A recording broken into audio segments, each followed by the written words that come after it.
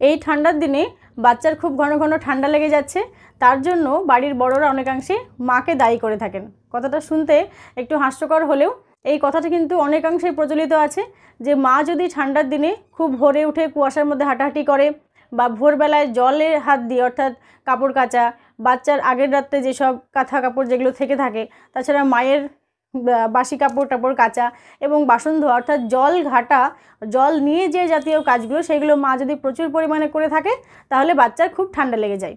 তাহলে এই যে কথাটা, এই কথাটার সত্যতা কথাটা সেটা নিয়ে আজকে চলুন একটু আলোচনা করি। এই ঠান্ডাতে বাচ্চার মায়েদের এমনিই বাচ্চাকে নিয়ে খুব নাজেহাল, তার সঙ্গে সঙ্গে বাড়ির বড়দের কাছ থেকে এরকম কথা শুনে মা মানসিকভাবেও খুব ভেঙে পড়ে। এবং ঠিকই তাই, মা যতই কাজ করছে তার সঙ্গে সঙ্গে বাচ্চাও কি হচ্ছে, একটুতেই কিন্তু ঠান্ডা লেগে যাচ্ছে। তবে এখানে একটা কথা বলে রাখি যে মা যত ভোরেই উঠুক, কুয়াশার মধ্যে হাঁটাহাঁটি করুক, বাড়ির প্রাত্যহিক কাজকর্ম করুক, নিজের কাচাকাচি বা জল নাড়ার যে কাজগুলো থাকুক, বা অনেক মায়ের এমন আছে যে সেই বাড়ির পুরুষটি হয়তো সকালেই চলে যায়, তাই জন্য মা কী করে, সন্তানটাকে একটু নির্দ্বিধায় তার কাছে রেখে সকালেই সে একবারে স্নান সেরে উঠে যায়। এবার বাড়ির বড়রা বলে যে মা ভেজা চুলে থাকলে বা মা এই যে ভোরবেলা এত ঠান্ডা জল ঘাটছে যার জন্য বাচ্চার ঠান্ডা লেগে যাচ্ছে।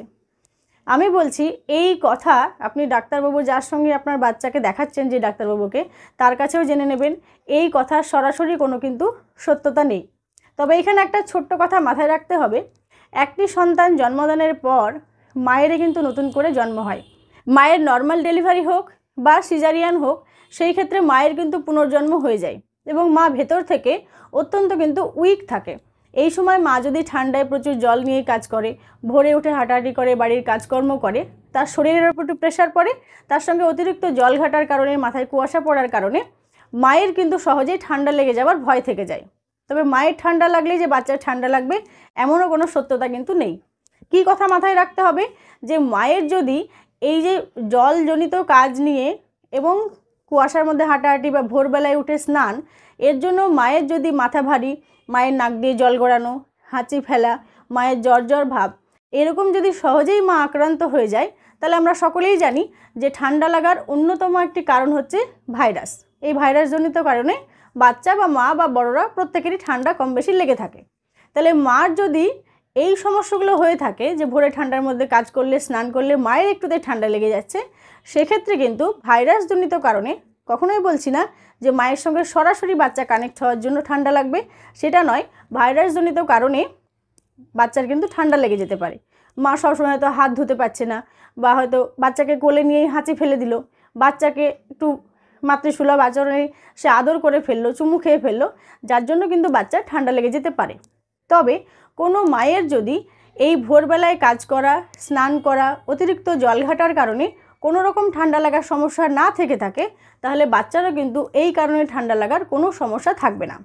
তবে এখানে একটা অবশ্যই সতর্কতামূলক কথা আপনাদের জানিয়ে রাখি, যে মায়ের যদি অতিরিক্ত পরিমাণ ঠান্ডা লাগে, জ্বর আসছে, মা কাশছে, মার হাঁচি পড়ছে, ভাইরাস বা ফ্লু ঘটিত কোনো জ্বর হয়েছে, তবুও কিন্তু এই সব কারণে মা যদি বাচ্চাকে ব্রেস্ট ফিড করায়, তাহলে কিন্তু ব্রেস্ট ফিডের মাধ্যমে বাচ্চার কখনোই ঠান্ডা লাগবে না।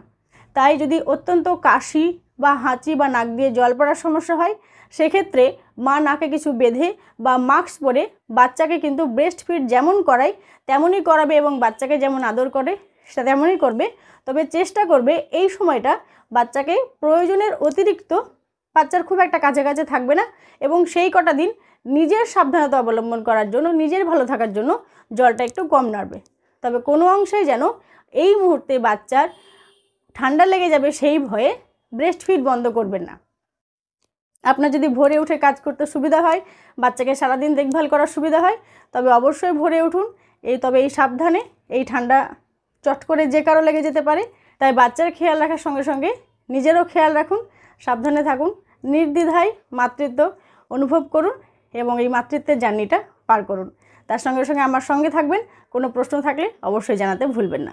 ভালো থাকবেন, ছোট্ট পুচকেটার সঙ্গে সঙ্গে নিজেরও খেয়াল রাখবেন। ধন্যবাদ।